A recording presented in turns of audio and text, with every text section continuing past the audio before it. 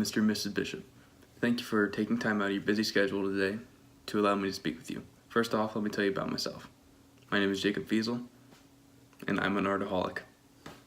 I've been into art for as long as I can remember.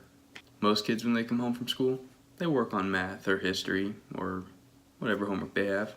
But for me, I made sure to finish all mine during study hall at school so I could race home, grab a pencil and paper, and just draw something. Most of the time I didn't really care what I drew, as long as I got to draw. I remember one day in 3rd grade, I raced home after school, grabbed my pencil and paper, sat down at the kitchen table, and I just drew. What was I feeling that day? That day, I guess I looked at the utensils drawer because I drew a character made out of spoons and forks. Believe it or not, I have a filing cabinet in my room with 387 characters made in the same process, where I simply looked at something and something else and combined them to make a character. You could probably tell who didn't have many friends in 3rd grade, but you can also tell who was able to make his own fun. As time passed and I grew more fondly of art, people started asking me, "Jacob, what do you want to be when you grow up?" I would always tell them, I want to be an architect. I just told them that because architect sounds like the word art, and I assumed I'd get to do a bunch of art. I didn't know what an architect was.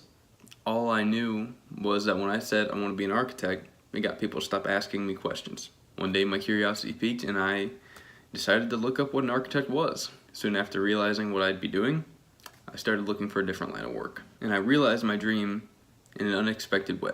I was doing one of my favorite things, watching SpongeBob SquarePants. That's when it hit me like a basketball in gym class. Someone actually gets paid to bring SpongeBob to life.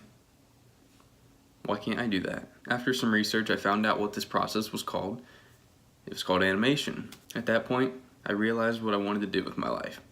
I wanted to be an animator, have my own animation studio, and bring my characters to life. From that point on, I dedicated my life to learning how to animate and bring my characters to life. So I went to a college called Indiana University of Kokomo, where I was told I'd get to start animation classes my sophomore year. One semester into my sophomore year, I asked my professor what the animation classes were like here. He said, "We don't have those anymore." So freaking out, I ran to my advisor to ask her, "What's up?" She told me that they got rid of them the previous semester due to lack of student interest, and I suppose they just forgot to tell me. However, I didn't let that stop me.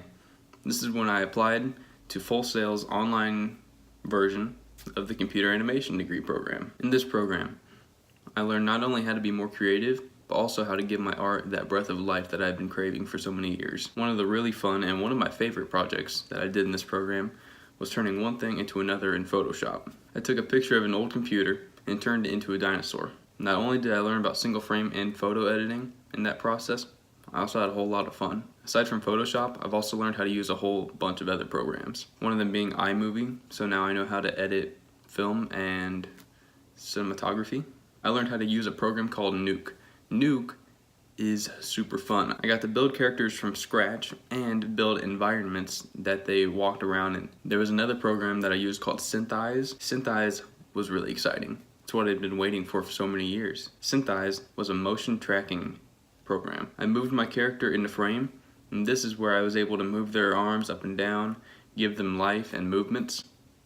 That's what I've been waiting for all these years. The first time I used Synthesize and I saw my characters move, I kid you not, I teared up because I was so happy to see my dream unfold right in front of me, see this character I created so many years ago have life.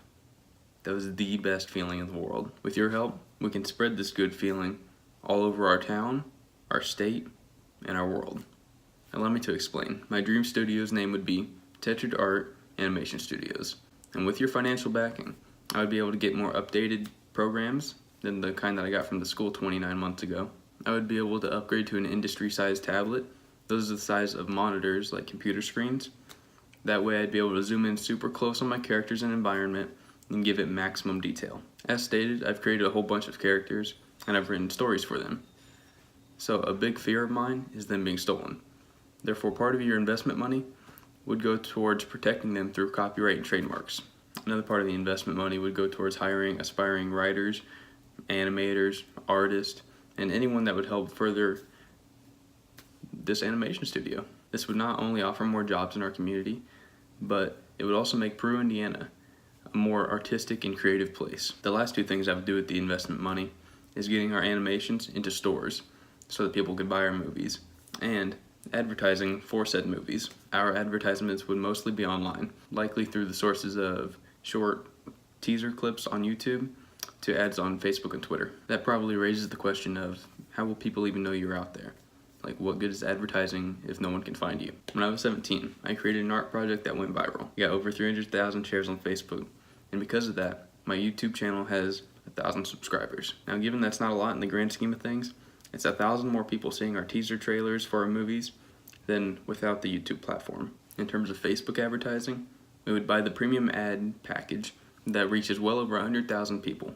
The more people that click on the link taking them to our YouTube page will cause our channel to grow, gain subscribers, thus gaining views, thus gaining popularity, thus gaining sales of our movies. Now, I'm sure you're curious about one important factor in all of this. How will we get our money back? If we're able to get the DVDs rolling, we're almost certain that they'll sell, given our advertising and the community's love and fascination of animated movies. Just look at Disney. We're also monetized on YouTube. Therefore, every click on our teaser trailers and every view, and every like, every comment, they all bring in just a little tiny bit of money.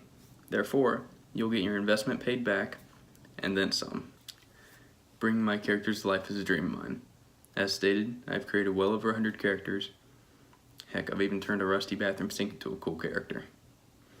But I've created characters, I've developed those characters, I've put those characters into stories, and I'm ready to show the world what Jacob Feazel can do. Let me tell you something about this Jacob Feazel character. He's been in development for 22 years now, and he's done waiting around. He's going to grab a Sharpie, and he's going to write his own story, and choose how it ends. That third grade me, who made the character out of spoons and forks, he's still in here, just inside of a 22-year-old body. I still see everything as an opportunity to have fun and make art. As a matter of fact, the only difference between third grade me and 22-year-old me is that I finally have a few friends.